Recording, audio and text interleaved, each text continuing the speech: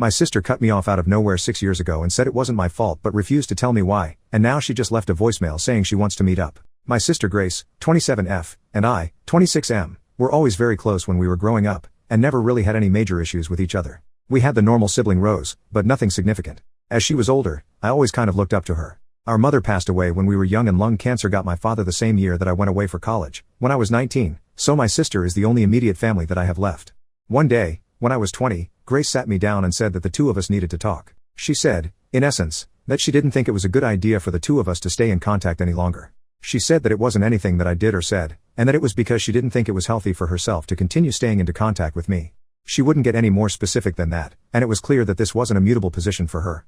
I've gone over it dozens of times in my head, and I've never really figured out exactly what she meant. The two of us weren't codependent or extremely close. We would talk on the phone maybe once or twice a week, and would see each other maybe 2 or 3 times a month. Eventually I realized that thinking about it wouldn't change anything, so there was really no point in trying to understand her reasoning. Since then, she hasn't contacted me at all, until now. I've had the urge on a number of occasions to try to find her, but ultimately I respect people's boundaries, and if she didn't want to see me, then that is her decision to make. Recently, someone left a voicemail at my extension at the company I worked for. I knew right away from their voice that it was her. She said that it was her, she knows it has been a long time, left a callback number, and asked if I could call her and we could get together and talk. I'm not quite sure how she even found me. I don't use any sort of social media, except for LinkedIn, but my company lists the names, schools, etc. of their executives publicly, so that might be it, which would explain why she called me there. Honestly, I really have missed her. However, I know that it's wrong of me to say this, but I'm honestly quite angry with her. She wasn't there for me when I graduated college, she wasn't there for me when I got my master's, she wasn't there for me for 6 whole years.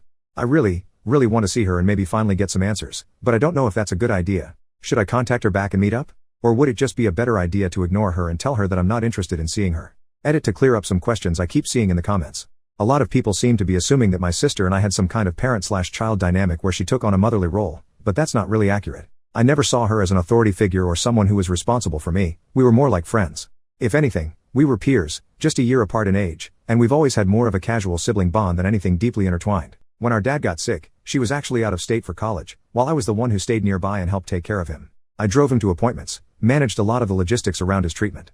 I was the one who primarily planned with my dad what we would do in the event of his death. Neither of us really was interested in the house, so after asking for her input, and getting her okay, I had our father draft a will basically saying that his assets, really just the house, will be sold, debts paid, then my sister and I split the net. Also, we weren't super close in the sense that we saw or talked to each other constantly. We'd catch up on the phone once or twice a week, and maybe see each other in person a couple times a month. I've never leaned on her for emotional or practical support in a way that would have made her feel burdened by me. I understand people projecting that kind of narrative onto our situation, but it really doesn't match how we've ever operated. Our dynamic was never really one of caretaker and caretakee. If you remove the biological connection, then we were really just good friends. There was no lopsided dependency or anything like that. Relevant comments. Commenter, honestly, I don't think I could live with not knowing. OP, yes, I am pretty curious to hear her reason.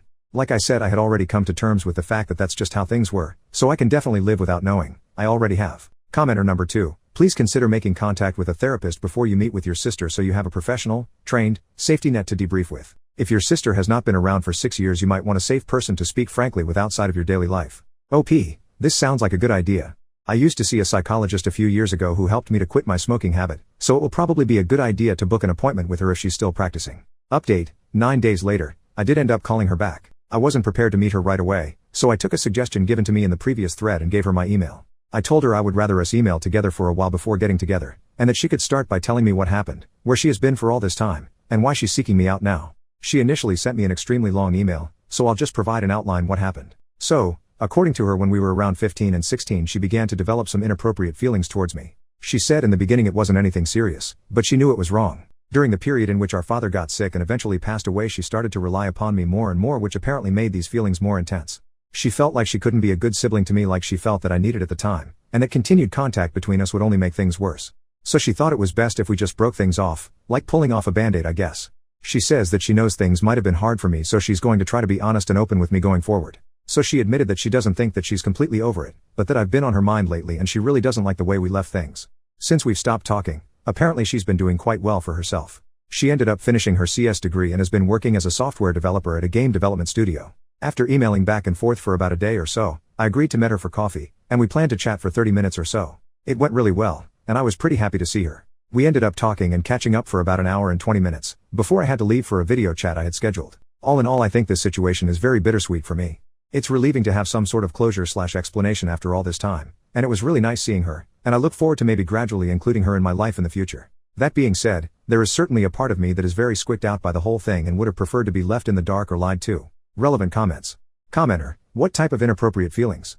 OP, I didn't really want to be too specific, but they were of an romantic nature. I didn't ask for anything more specific than that.